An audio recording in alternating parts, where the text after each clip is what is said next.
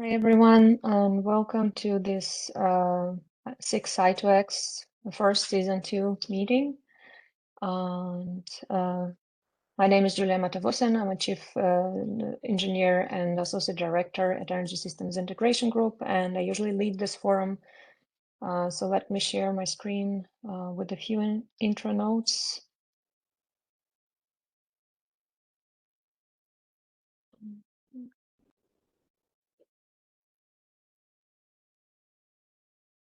Lisa, can you please confirm that you can see my screen? Yes, we can see the virtual meetings code of conduct. Yes, it's not the first page. Oh.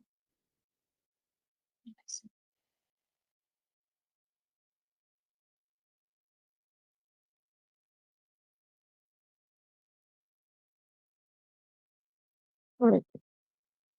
So now I'm on the first slide. All right, so as I mentioned, we're now at the 6th meeting of the Forum for Implementation of Reliability Standards.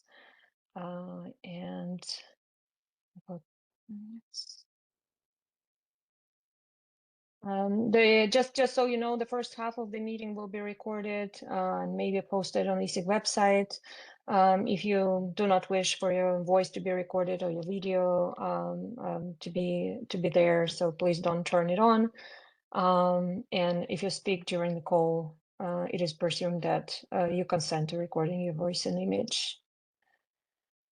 So just some goals and outcomes that are expected from this i2X first forum. The forum is conducted to facilitate understanding and adoption of new and recently updated standards that are relevant for integration of new generation resources. The forum convenes industry stakeholders to enable practical and harmonized implementation of these interconnection standards. In addition to these meetings, the leadership team produces a summary of meetings capturing recommended best practices, challenges, and gaps that require future work. So if you missed any previous meetings, please go to our website, and I'll have a link in a minute, and check the summary of the previous meetings, as well as recordings and slides. So just a few words about the leadership team. We have Cynthia Bothwell from Boston Government Services, contractor to DOE, Robert Reedy from Lindo Reed, contractor to DOE, Will Gorman from Lawrence Berkeley National Lab, Jens Boemer from Electric Power Research Institute, myself from ESIG, and Ryan Quint from Elevate Energy Consulting. So just a summary of the last meeting. So the last meeting was focused on IBR plant modeling and requirements and best practices. As always, I've given meeting introductions, and then Bruno Leonardi from New York ISO presented their perspective on IBR plant modeling requirements. There were some recent changes there. Then Kasun Samaras Sekera from Elevate Energy Consulting talked about IBR plant modeling and developer perspective, developer/consultant's perspective. And then Andrew Isaacs and Lucas Unruh from Electronics kind of summarized it. What's the latest about IBR modeling and where do we go from here? Some of the key themes from the last meeting.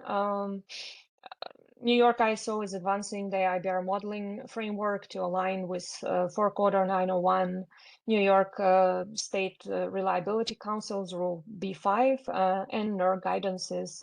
And in that, they're trying to balance model fidelity with timely project delivery, as well as reliability and resource adequacy needs. EMT studies are becoming standards, and they are also increasingly so iterative, with screening tools being applied in the beginning of the interconnection process, and then identifying projects that are needing deeper analysis through EMT. And this analysis is conducted throughout development stages of the project and before commercial operation date. Real-world mismatches between models and equipment behavior highlight the need for standardized commissioning-based verification. And also we need consistent as left model updates. So as any updates are happening in the field after commissioning, those need to find its way into the models. Efforts like IEEE 2800 2022 and DLL real code wrappers and proposed .ibr mapping files, they all aim to improve consistency, traceability, and automation across OEMs and projects. So again, helping to capture any of the changes that are happening in the field post-commissioning. And then in the future, we need broader automation. We need improved modeling of power plant controllers and communication delay modeling, and as well as advanced screening tools for weak grid conditions and subsynchronous oscillation risks to enhance reliability, but also reduce dependence on a few experts that are available on these topics today. So just about kind of where we are on the schedule of meetings, we are here on October 21st, and we'll be talking about challenges of IEEE 2800 in 2022, and then planned revisions. And then the next meeting in November, we'll talk about change of management and how to handle it during IBR planned interconnection process, commissioning, and also how to maintain conformity throughout all of these changes. So again, here on the slide, you see the link to where all materials are posted, and it's currently also in the chat. All right, so for today's agenda, as I mentioned, we'll talk about some challenges with IEEE 2800 2022, planned revisions, and kind of other future plans with the standards efforts. So I'm almost done with my introductions, and then you'll hear from Andy Hoke from NREL providing an update on IEEE P 2800.2 efforts. Then Manish Patel from Silicon Ranch will talk about potential areas and issues for forthcoming IEEE P 2800 revision. And then Jens Boemer from EPRI will talk about forthcoming IEEE project authorizations, including new grid forming, IBR recommended practices, project authorization. And then, as always, we'll have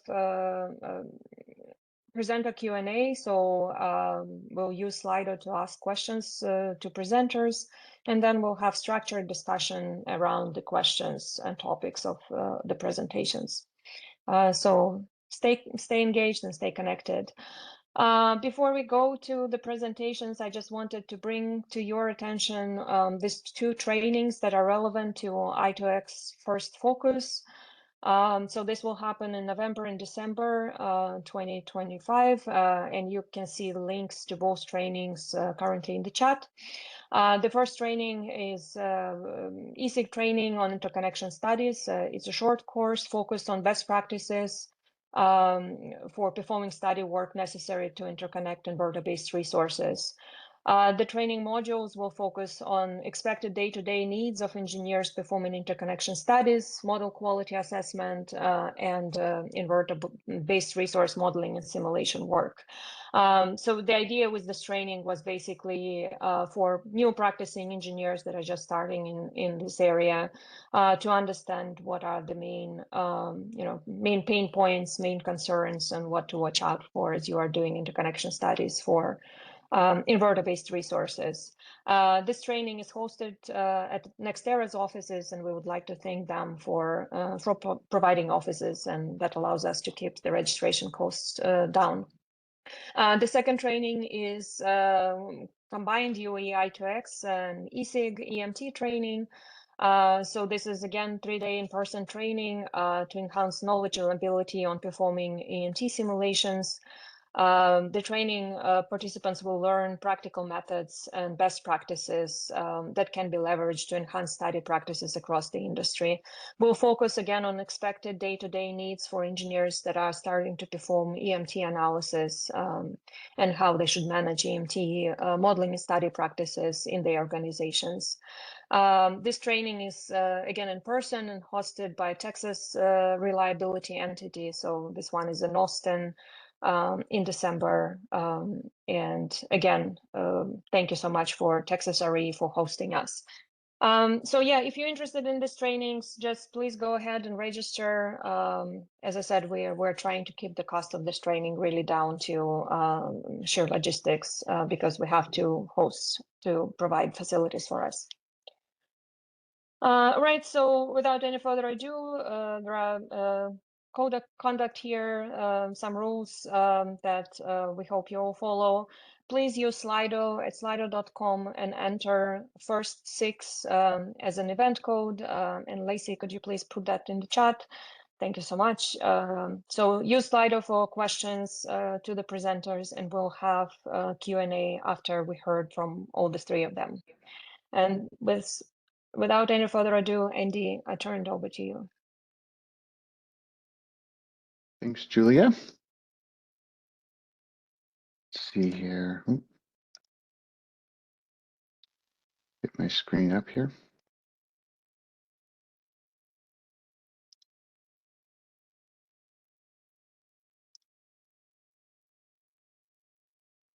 All right. Everyone can hear me all right? So like Julia said, I'll talk a little about what's going on in IEEE 2800 land, especially 2800.2, the conformity assessment procedures for how we know if an inverter-based resource is following the rules established by 2800. And I'll talk a little bit about where we are and some of the recent developments there in 2800.2. So, like everybody else here, I'm just talking on behalf of myself, not on behalf of anybody else or any other organization. All right, so this is all old news to most of you, if not all of you, but just to sort of set the general background. In 2022, we published IEEE 2800, which established the first, what you could call, I guess, national or maybe international in a North American sense, standards for interconnection requirements for inverter-based resources, solar and wind and batteries connected to transmission and subtransmission. These mostly apply at the plant level. So far, they've been adapted by probably a couple dozen utilities and ISOs in bits and pieces. And they've also been, at least most of the ride-through aspects of 2800 have been incorporated into NERC PRC 29. Manish will point out some ways in which those are not perfectly aligned, but the general idea is that they're basically the same. So we have this interconnection requirement that was established in 2022. People are starting to adopt it. Some plants are starting to be required to comply with it. How do we know if we comply? In the interim, people are just using whatever procedures they can come up with, which is a perfectly reasonable approach. In the meantime, we've been developing for the past few years IEEE 2800.2, which is a recommended practice with conformity assessment procedures for IEEE 2800. We're currently in balloting. I'll talk a little bit about the details of how the ballot's going. I would say it's going pretty well, although we still have some work to do there. And we hope to actually finish around the end of this year and publish it early next year. So it'll be good to get that out the door. And then I won't talk too much about future stuff because Jens is going to talk about that. But we do have additional plans in the 2800 series for new standards, including some standards related to grid forming and a revision of 2800 to potentially fix some of the various bits and pieces that have been hurdles for folks that you've probably heard about in this forum, and that Manish will also talk about a little bit more today. All right, so that's the big picture. Why are we doing all this? I think you probably already are aware of this, but since 2016, people, or maybe even earlier, we've been trying to raise the bar on performance and modeling for inverter-based resources so that we can have lots of them on the system and still have a reliable system. They're being deployed. We need to make sure the system stays reliable as we deploy them. And so as we start to raise the bar on performance and require more modeling and these kind of things, how high and how fast do we raise the bar, right? If we raise the bar too fast, we'll end up not being able to interconnect because there's just too many, it's too difficult. We've gone too far beyond where industry was. So a lot of what we're doing right now is trying to find that compromise between how much can we raise the bar and get a more reliable system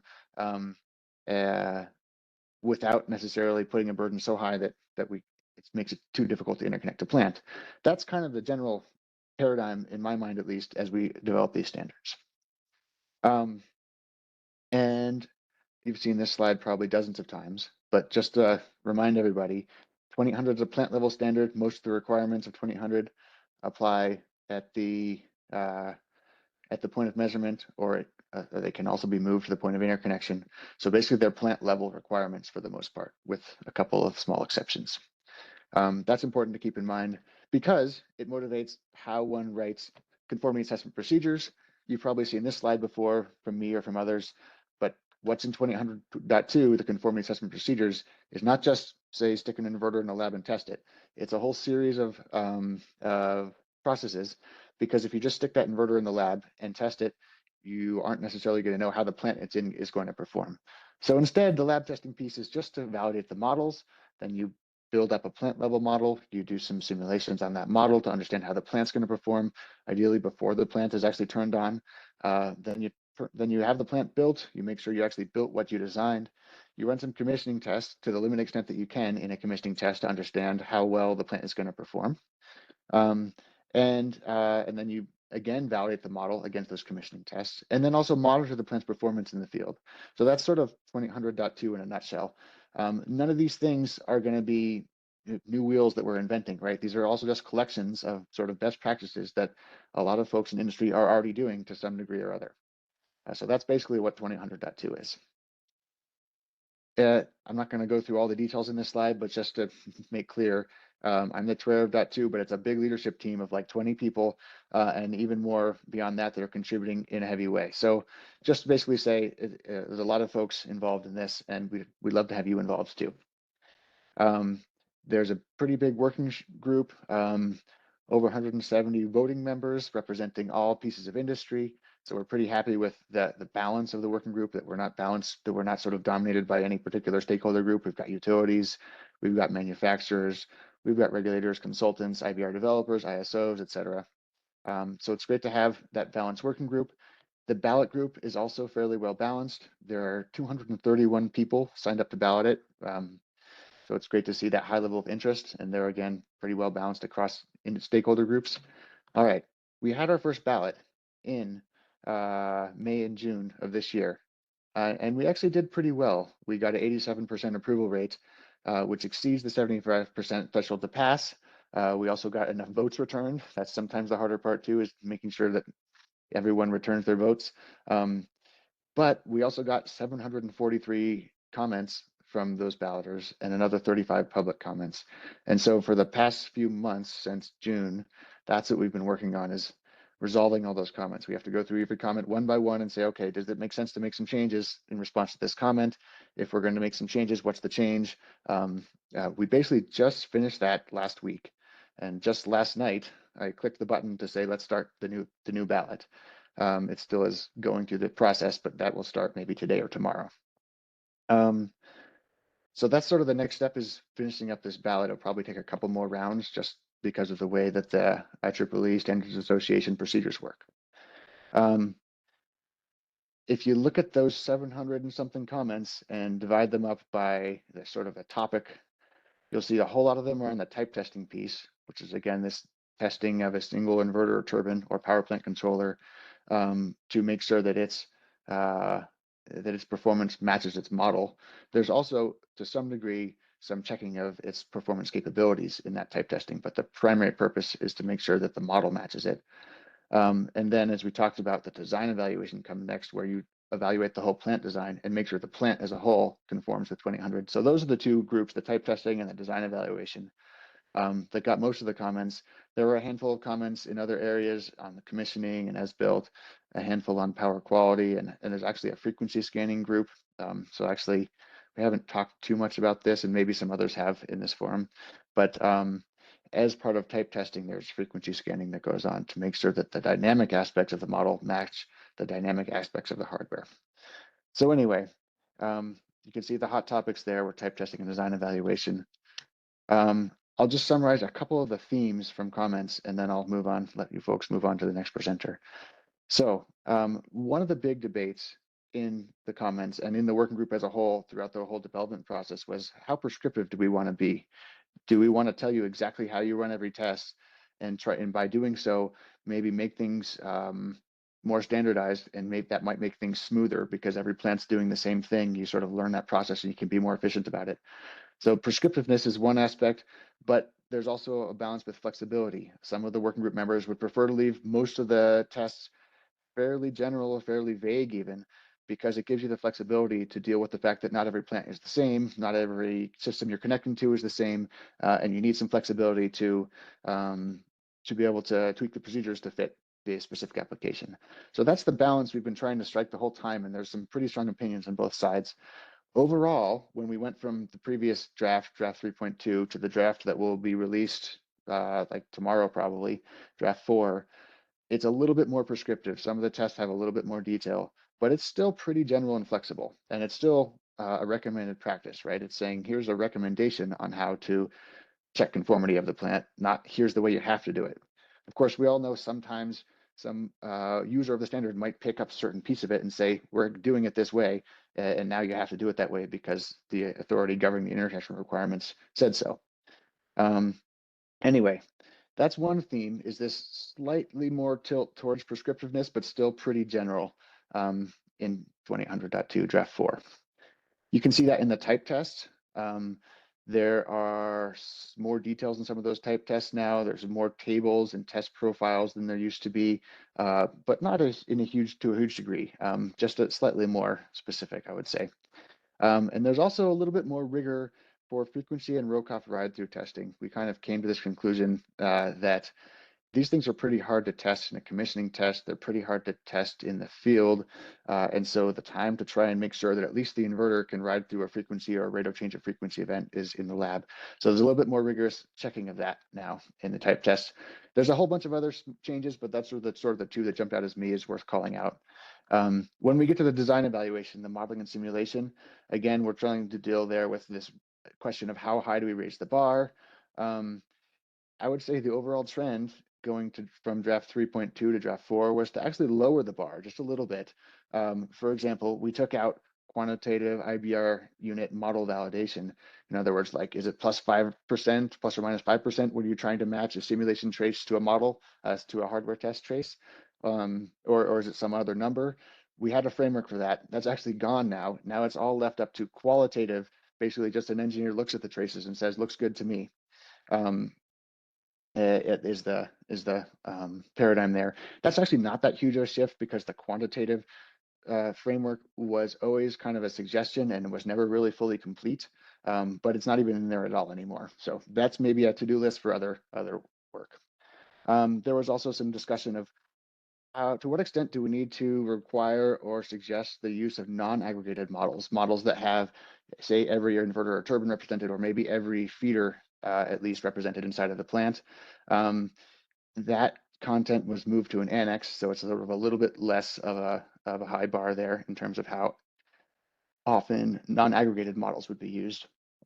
And then there was some discussion about what sort of test system to use. Do we want to use a simple test system or a more detailed test system that represents the real grid where the iBarrier will be connected? That choice is still in there, and it's basically left up to the user to pick which of those makes sense for each case. Commissioning tests, I would say, went in a similar direction to the type tests, where there's somewhat more specificity now. We added specific tests, for example, for voltage feedback, reactive power control, and power factor control that weren't in there before. Those, I guess we should point out, are only required, or also, well, the best way to say it is probably they're not required if the plant will never operate in the particular mode that would be tested, right? You only run the test for the modes that the plant would operate in. That, again, is something we could debate. There are some people who would say, no, we should run all the tests. We want every plant to be capable in case we need it in the future, but that's not the way the standard is going. There was also some requests to say align the standard with specific regulatory frameworks. We in general decline those requests and try to just keep it general.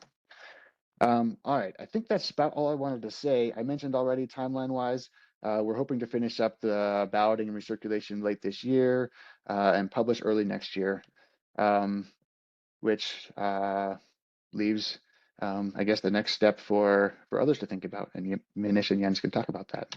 Thanks, everybody.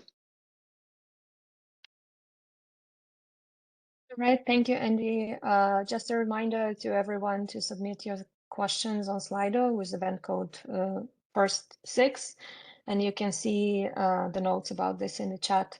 And with that, we move on to Manish. You already heard from Andy that some of the challenges were identified during EPRI 2800.2 process with regards to what in 2800 may need revision going forward. And so that's something that Manish will talk about next. Go ahead, Manish.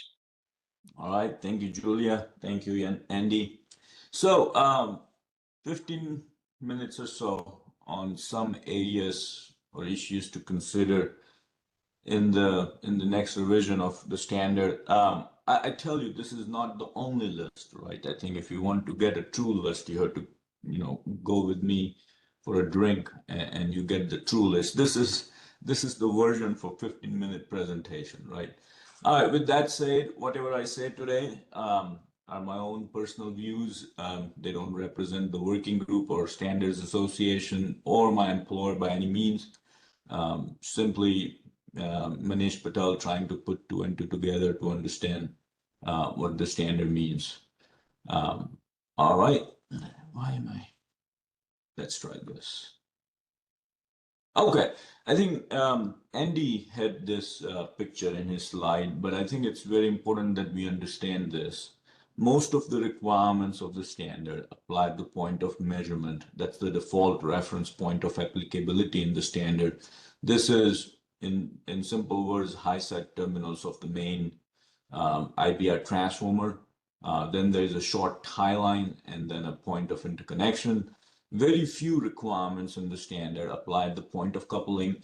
Few days ago, I thought only fault current injection requirements applied at the point of connection and directly on the terminals of the IBA unit. I think someone brought to my attention that there is something else in the standard that applies to IBA unit, and that is something that we might want to clarify in the next revision, but we'll talk about that in a second.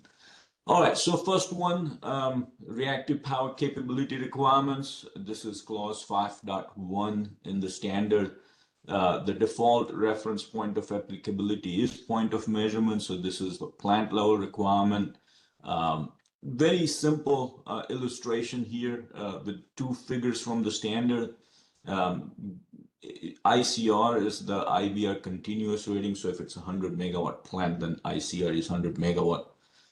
What this means is that for any active power between 0 and ICR, the plant is required to be able to absorb and inject 33% of ICR as reactive power. So x-axis is megawatts or active power, y-axis is reactive power. Now, in case of type 3 wind turbine generators, we recognize there is a limitation. So when the active power output falls below 10%, the reactive power capability is reduced by this slope line. But in simple words, the plant is required to provide 33% of the ICR otherwise for whole range of active power output from the plant. The figure on the right is for plants that are able to absorb active power from the system. So battery energy storage, for example. In this case, ICAR is the IBR's continuous absorption rating in watts active power. And then reactive power capability is on the y-axis. Same as the other side of the slide here, 33% of ICAR, both absorbing and injecting. So that's what the standard requires.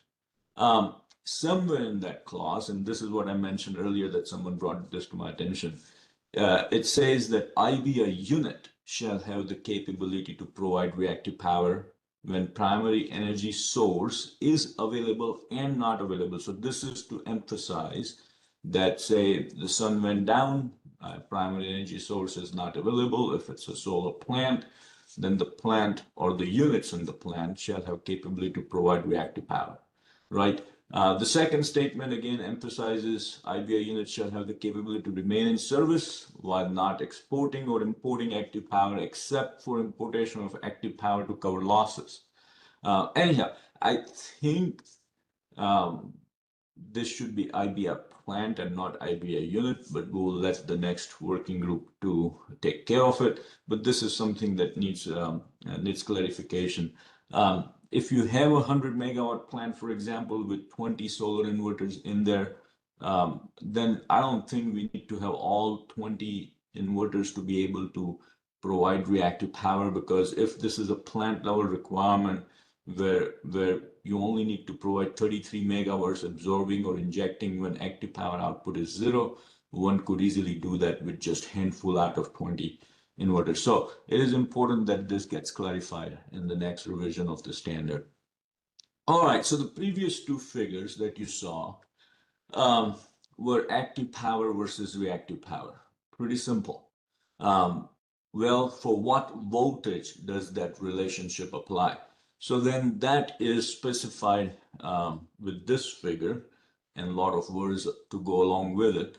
What this means is when the voltage is greater than V4, so if you come down in this table and look at the V4 ranges, they're usually high, 105% all the way to 110%, right? So when the voltage is fairly high on the system, there is no need for the plant to operate at 0 reactive power output.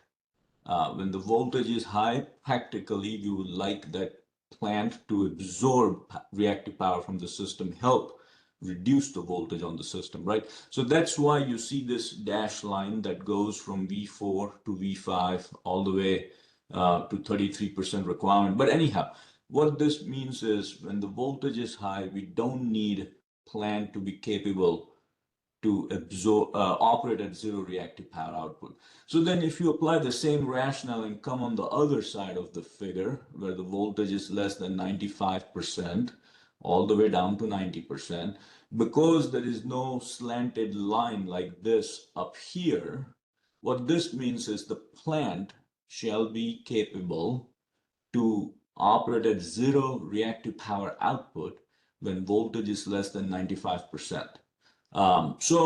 Anyhow, just engineers thinking here, what could be the system scenario where the plant needs to operate at 0 reactive power output when the voltage is less than 95%?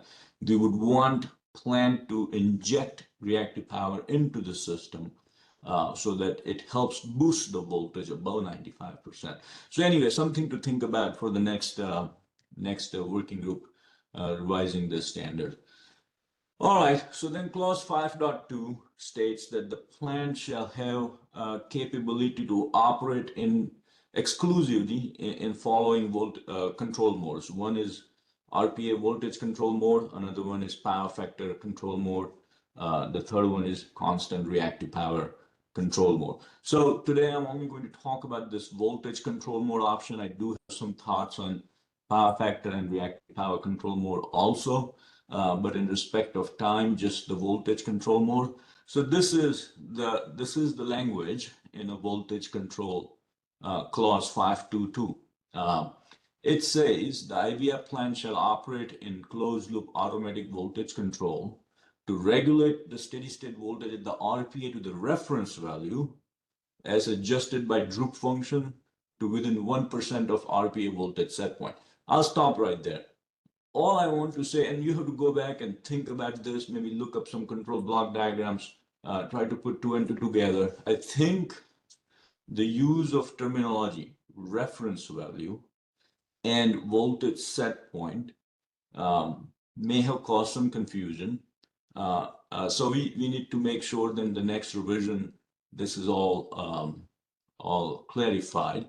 Also, depending on droop and pre-event reactive power output, regulating voltage to within 1% of RPA voltage set point may not be possible.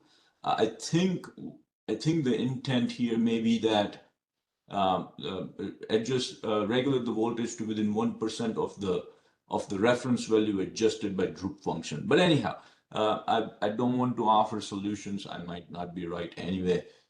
Just want to state that the use of terminology has caused some confusion, and maybe this is all clarified in the next revision. The second one here is the standard clearly states that the voltage control system shall be capable of reactive power droop.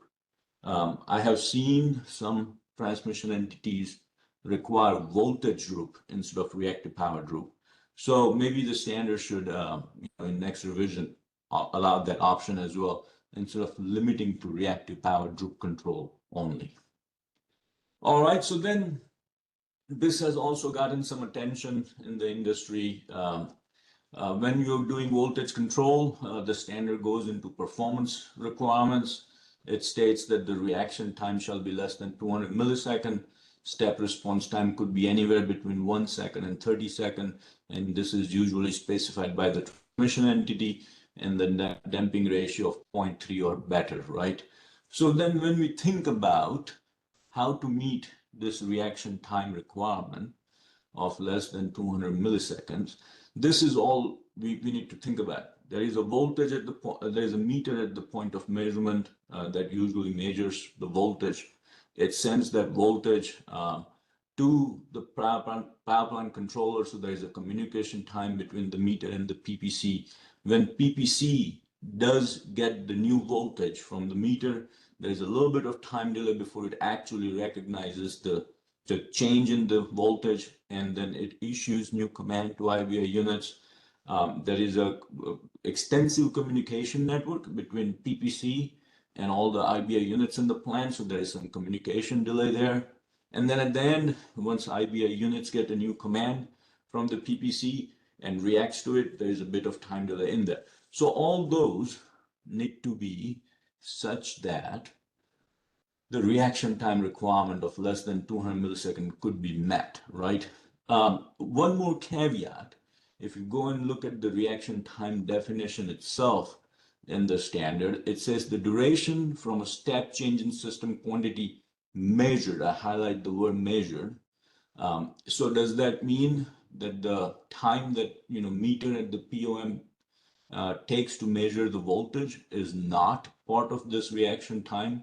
I don't know what the right or wrong answer is, or I don't want to imply that I know the right or the wrong answer, but I think there is an opportunity to clarify all this.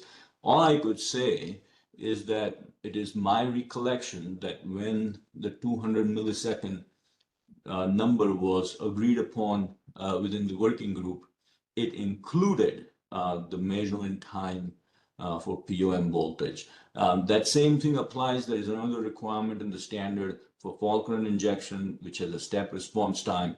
And there also, the time that we agreed in the standard included time for measurement and a change of a control quantity, right? So anyhow, we need to make sure this is all kind of cleared up in the next revision. All right, write through. IBRs have to write through. I agree. I think it does not make sense for IBRs to go offline for a pre-cycle fault on the system. But I think this write-through word is so powerful, and I personally feel that we missed the boat a little bit in understanding what we mean by write-through requirements. So in the standard, you will see a figure like this in the annex, a table like this in the main body of the standard. The standard goes on to explaining there are three possible interpretations of this table and a figure. And standard tries to convey that the correct interpretation or understanding is that this is voltage versus time curve. For a given voltage, IBR plant shall not trip until the duration at this voltage exceeds write-through curve capability. This is definitely not voltage deviation multiplied by time as an area integration, right? This is not voltage versus time envelope so that you can have actual event, say, recorded by a DFR. You take that trace, you overlay it on top of this curve and decide if the plant was able to write through or not, right? So standard goes and tries to clarify all this.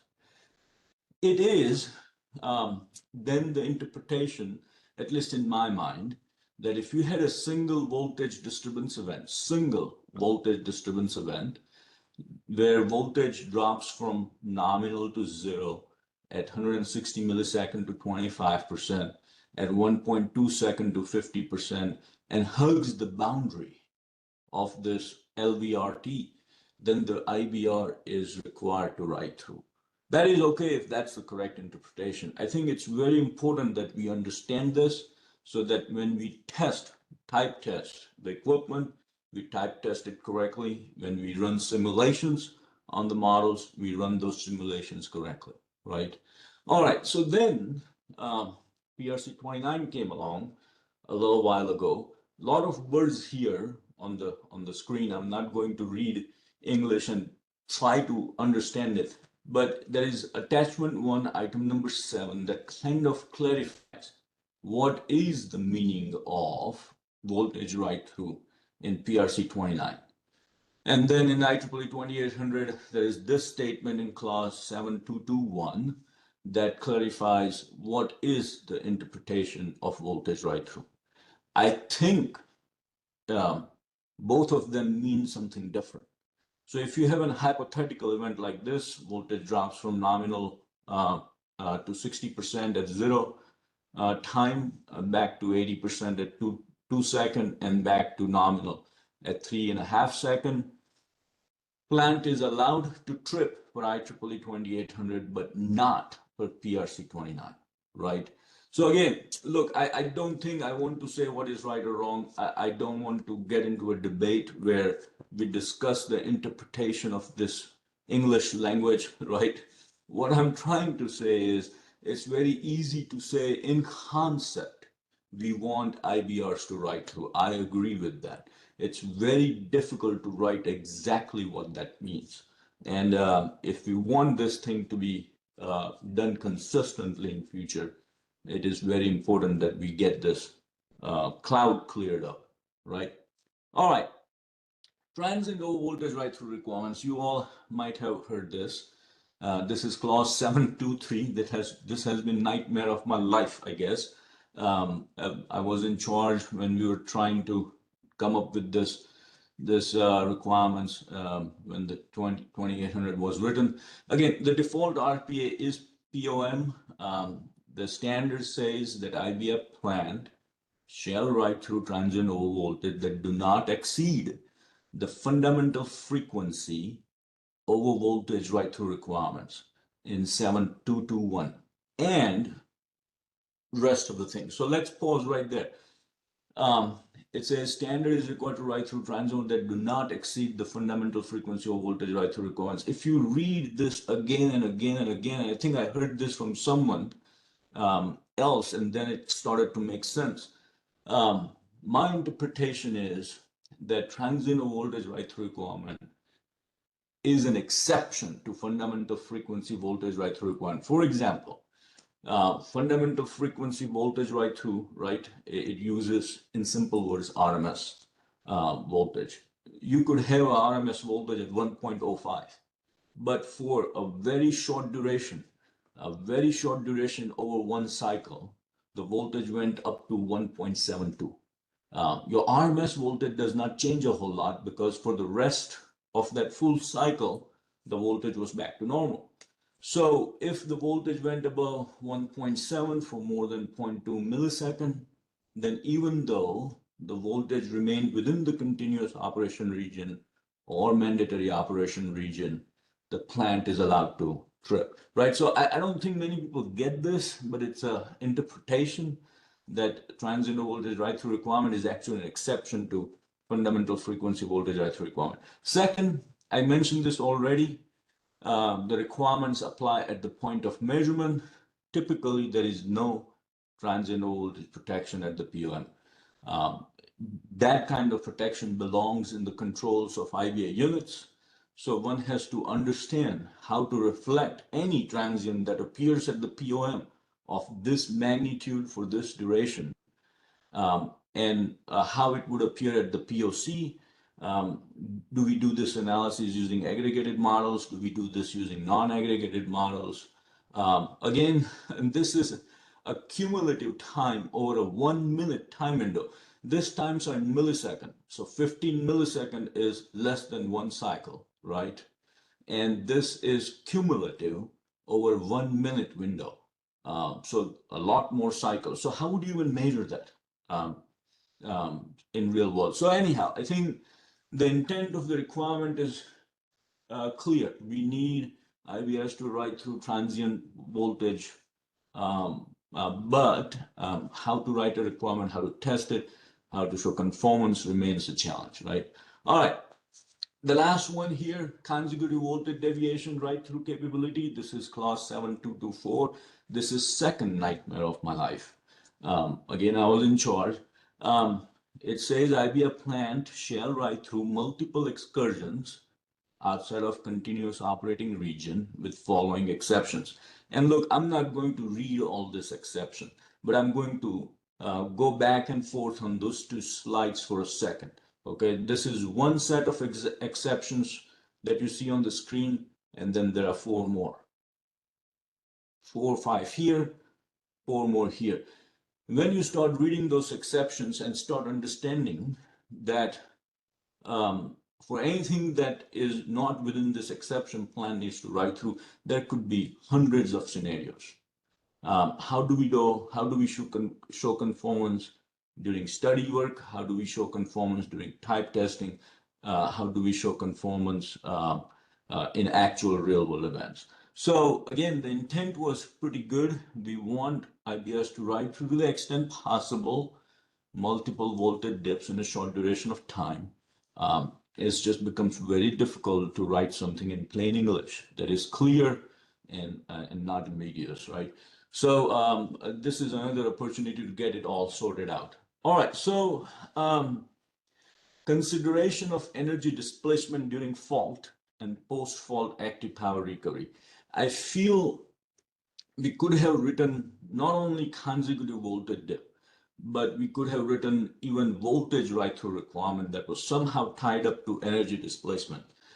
Because I don't think this is only an issue during consecutive voltage deviations. It might also be a real thing for some IBRs, if not all, some type of IBRs, even for one voltage dip that is of extended duration, right? So a very simple example here, this is offshore wind plant, for example, connected to the transmission system via HVDC line. In this case, typically, there's a big DC chopper onshore on the DC side of this DC to AC converter station. And this chopper is usually designed to absorb 100% rating megawatts or active power, 100% of active power rating for 2 seconds, right? So depending on K factor used in this DC chopper, I mean, in this DC to AC converter station, for a 50% voltage drop, say K factor of 2, 100% reactive current, that means any active power that gets dumped into this HVDC line cannot go out because this converter station is pumping out reactive current. That means all that active power goes into a DC chopper. But that DC chopper can only absorb all that active power for up to 2 seconds only. After that, there is a mandatory cooling time and all that stuff. That can then be extended. What is the active power recovery time? Is it 1 second, 2 seconds, 5 seconds? Depending on the active power recovery time, this DC chopper is, for example, absorbing power, right? So all this needs to be thought through. Maybe next revision of the standard, we understand the energy displacement a little bit better, what IBRs are able to absorb in terms of energy displacement, not, and then write up some voltage right through and consecutive voltage dip requirements accordingly. And with that said, this is my last slide. The person here in the middle, IBR, is me. This is my typical day. I work for a solar developer. I work with a lot of utilities in Southeast. There are NERC requirements, there are IEEE requirements. All they say one thing, OEM on the other side say another thing. Somehow trying to make all that work is quite a fun. With that, Julia, I'll hand it back to you. Thank you, Manish. And I really love your art there. So it's funny. All right, so we now move on to Jens, and he'll talk about forthcoming revisions of 2800 and how do we fix all the issues that Manish was just talking about. Go ahead, Jens. Yeah, thank you so much, Julia. Thank you, Andy, for your overview. And Manish, I'm trying to pitch here to the group to get engaged in the next revision. And now I worry that people are concerned that they might have nightmares from their standards development. Now that's just like joking. It's actually a lot of fun writing these standards. I would encourage everyone to already start thinking ahead how to get involved. I just put a link into the chat window. Maybe somebody can put that also onto Slido, where you can register your interest if you're not already a member of the respective working groups. But anyhow, I'm going to give an overview on the forthcoming revision of IEEE 2800 and also the development of a new IEEE recommended practice for grid forming equipment. A few standard disclaimers here. I'm talking on behalf of myself. I am not talking on behalf of any of our EPRI funders, and EPRI does not give regulatory advice, but we can be helpful with understanding and interpreting standards. I'm also not representing the IEEE Standards Association, and any IEEE standard is a voluntary standard. Now, that becomes more relevant or is different once IEEE standards get adopted. But so far, the adoption is at an entity-by-entity basis and not at a national level at this point. And last not least, some of this work is supported by the US government, but I'm not talking on behalf of them. So I'm changing slide templates here because I'm going to give you an introduction into the IEEE, Power and Energy Society, Energy Deployment, Power Generation, Wind and Solar Power Plant Interconnection and Design Subcommittee. That's a mouthful. So this is a subcommittee that resides under the EDP&G committee in the PS Society of the IEEE.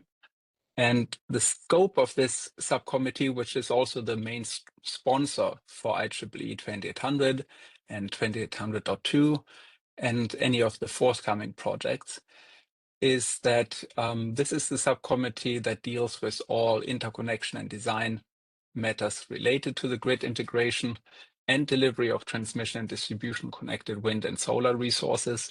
It provides a liaison to and cooperates with other committees, subcommittees, working groups, task forces, including standards making groups in IEEE and other organizations with similar interest. Areas of interest include best practices, engineering design, safety and protection related issues, technologies related to interconnection, and also standards, recommended practices, and application guide development, including education. So this is a subcommittee under which the working group that is developing these standards is housed. And you can go to the website and see more information. You can look at some past meeting minutes and announcements for future meetings. And it also includes a link to a website where you have on one page all the forthcoming projects under the working group. The subcommittee has more than one working group. The working group that is the home for IEEE 2800 and 2800.2, which are the only published standards in the 2800 or in development standards series, is the Inverter-Based Resources Interconnection Working Group, or IBRI working group. We also have a second working group, which is the Wind and Solar Power Plant Collector Design Working Group. And they actually published a guide, two guides, 2760 and 2778, which may be a little bit less known in the industry compared to 2800, but nevertheless quite useful guidance for how to design and plan grounding systems in wind and solar plants. And one of them is also being updated right now. So if you are already engaged in what used to be called the IEEE 2800.2 working group, then you do not have to do anything. Now this working group has been renamed to IBRI working group. But if you are not part of that yet, I encourage you to either follow the direct link that I copied into the chat or go into IEEE My Project and find the menu where you can manage your profile and interests, then go to interests and add a group, find the inverter-based resources interconnection group, and declare your affiliation. That way you will make sure that you stay up to date on the existing and any of the forthcoming projects.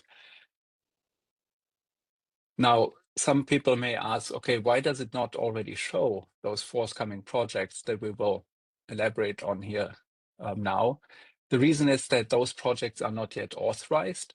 Once they have been approved by IEEE, which we expect to happen later this year, they will also show up in the list under the IBRI working group.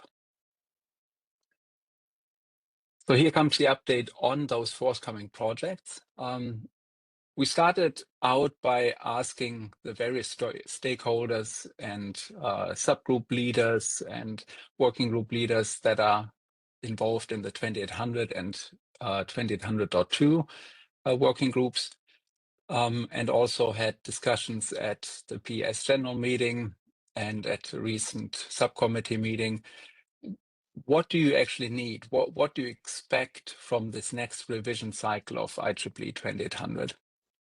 And what we heard was that there are three important items. One is people are seeing more and more grid forming technology entering the grid, and technology providers providing such inverters that can operate in grid forming mode.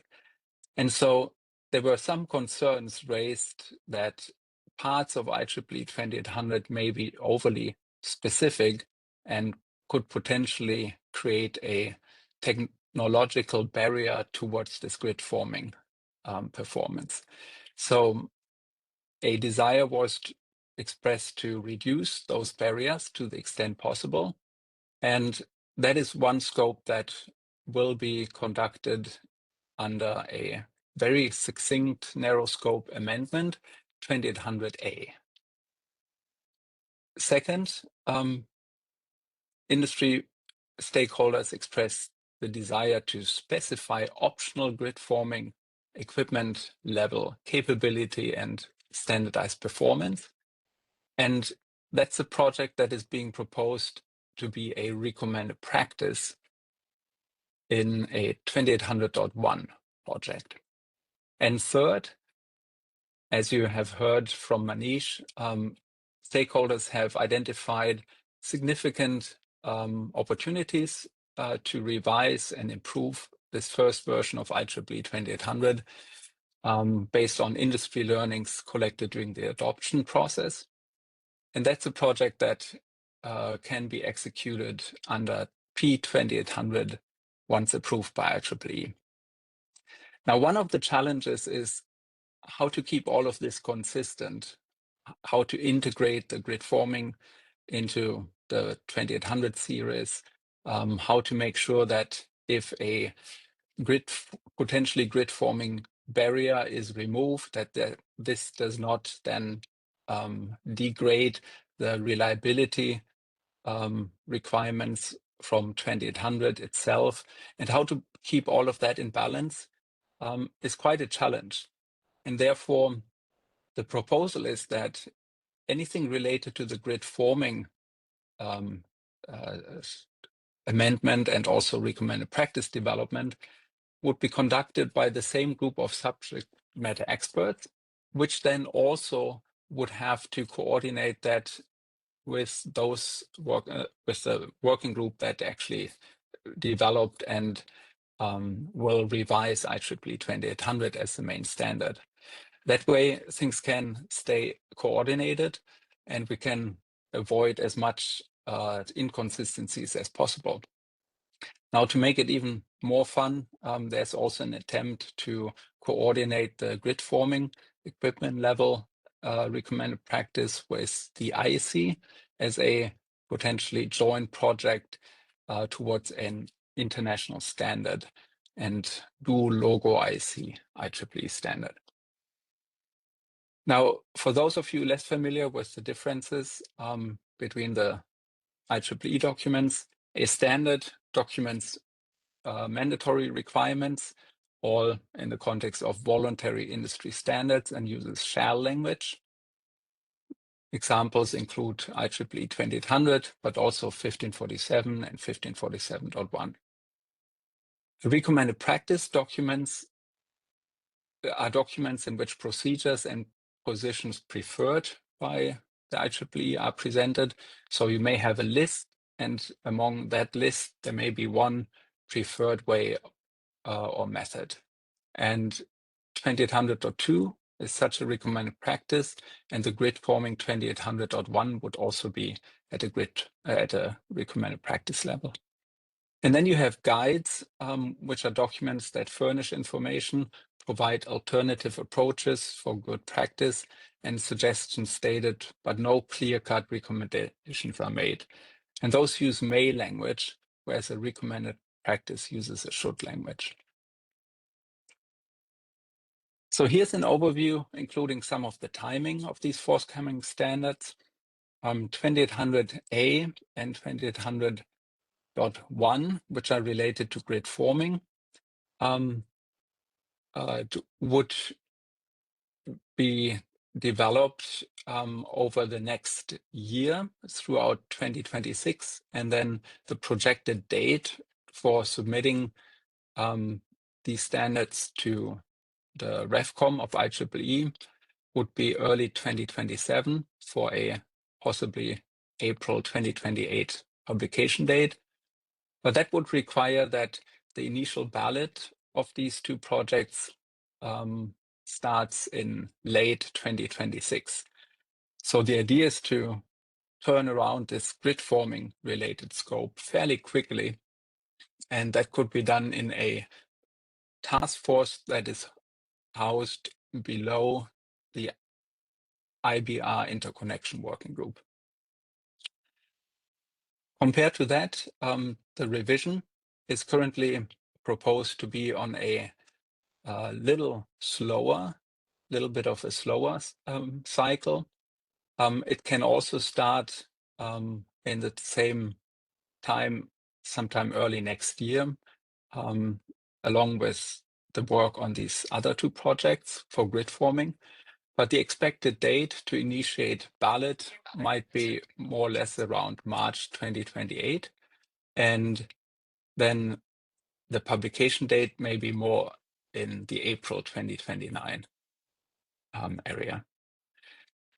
Now, those colors used on this slide just indicate in red what is a standard, and in blue what is a recommended practice, in order to differentiate the level of mandatory requirements between 2800A and .1.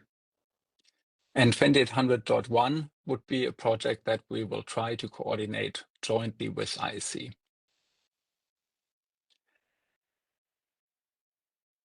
As I said, the EDPG Wind and Solar Power Plant Interconnection Design Subcommittee is the main sponsor. But as we have done in IEEE 2800 and also 2800.2, we are hoping to have co-sponsors support this project and this series of projects, including committees like the Transmission and Distribution Committee, the analytic methods for power systems, power system relaying committee, and SC21, which are responsible for the IEEE 1547 standards. And those committees have confirmed their joint sponsorship, and other committees may further support, because the scope of 2800 itself and its subsequent documents does cut across various scopes of those other committees. Now, here's one more tidbit about how we envision the development of these different projects. As we said, they would all be housed under the same working group, but the grid forming projects could be developed within a grid forming task force that would be formed under the working group. And all three documents, the main standard, the .2 and the .1, they would be developed by pretty much the same people, with subgroups that are based on topical areas, for example, the general requirements, the reactive power and voltage control, the active power frequency, or the response to abnormal conditions. Those subgroups would cut across each of those documents, so that if, for example, a change is made in the base standard related to reactive power, one of those examples that Manish offered, then the idea is that those changes would also be considered in a future revision of 2800.2 for the test and verification procedures and pass-fail criteria, as well as any potential changes that relate to the grid forming requirements, and so on and so on.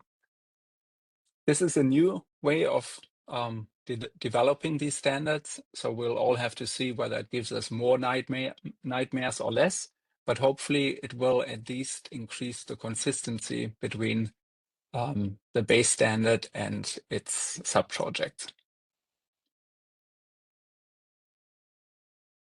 Now, one question is related to the grid forming standard, how that can actually become complementary to IEEE 2800.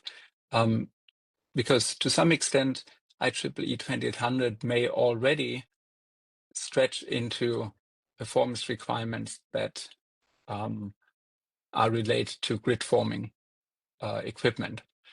But there's still this gap, and the new project is meant to fill the gap from whatever 2800 right now provides in order to increase the share of inverter-based resources all the way to true grid forming capability, which the working group will have to figure out what that actually means. And I will not go into the detail here, but the next two slides illustrate how these three documents could interrelate to each other. On the left, we have a potential list of areas where technical barriers exist in 2800 and could be looked at in order to remove them under the amendment project. In the middle, in blue, we have a list of potential functional capabilities related to grid forming to be specified in the .1 recommended practice. And on the right, we have the list of potential revisions related to 2800 based on industry learnings. And one idea is that the future revision, which runs on a little bit of a longer timeline compared to the development of the .1 grid forming recommended practice, could then include references to some of these grid forming requirements as optional requirements, or using should language to make that link from the next version of 2800 into the 2800.1 recommended practice. Now, coming closer here to the end of my presentation, we're also trying to coordinate this grid forming recommended practice with the IEC. One of their challenges is that they currently do not have a interconnection standard like IEEE 2800 in their system. So they may be starting out with a technical specification that is currently focused on distributed energy resources. That would be the first scope for them to translate some of the 2800 into that context. A second scope would be to focus on grid forming equipment level framework requirements, which then can provide the framework for technology-specific grid forming requirements within other technical committees of the IEC. And a third scope would then expand their plant level requirements to cover the full scope of 2800. And last not least, the fourth scope would expand that plant level requirement to also include the grid forming. Now, this is all international standardization, so I will not bother you too much with this, but the idea is that we want to coordinate to the extent possible the grid forming project with IEC. Now, what does that all mean for the adoption of 2800 now? First of all, you can continue adopting IEEE 2800-2022, for example, with a hybrid integration approach that also addresses some of those known deficiencies in the first edition of the standard. But we would highly encourage all of you who have or are adopting IEEE 2800 to then also get involved in the next revision cycle, so where you can bring your learnings back to improving the standard, which would start sometime next year. Second, once the next revision is available, a detailed reference and customization approach can be used, because that would allow for more of a partial adoption and more consistency. But maybe not all gaps will have been addressed in that next revision. But the recommended practice for grid forming equipment may then be available and could also be referred to. And we do expect that after the next revision, there will be a subsequent revision. And hopefully in the third revision, we all have a standard that has closed gaps and is consistent. So maybe later on, entities can move towards a general specification, which is the most harmonized and coordinate way of adopting a standard like IEEE 2800. So keep adopting it and get engaged now. And to wrap this up, we have some related EPRI offerings, including a tool that can help assess conformity with IEEE 2800. And we are launching a collaborative forum that can complement this i2X first forum and other industry forums with deeper technical EPRI-related collaboration. We are going to have a preview call for that tomorrow. Some of you may have received that invitation. Others can reach out to me if you have not and still want to participate. And with that, I'll hand it back to you, Julia. Thank you so much. Great. Thank you so much, Jens. So now we'll spend maybe 15 minutes or so, 20 on the Q&A. And I've seen some questions got answered in the chat, but in Slido. But I think I want to ask or like voice them anyway to get answered.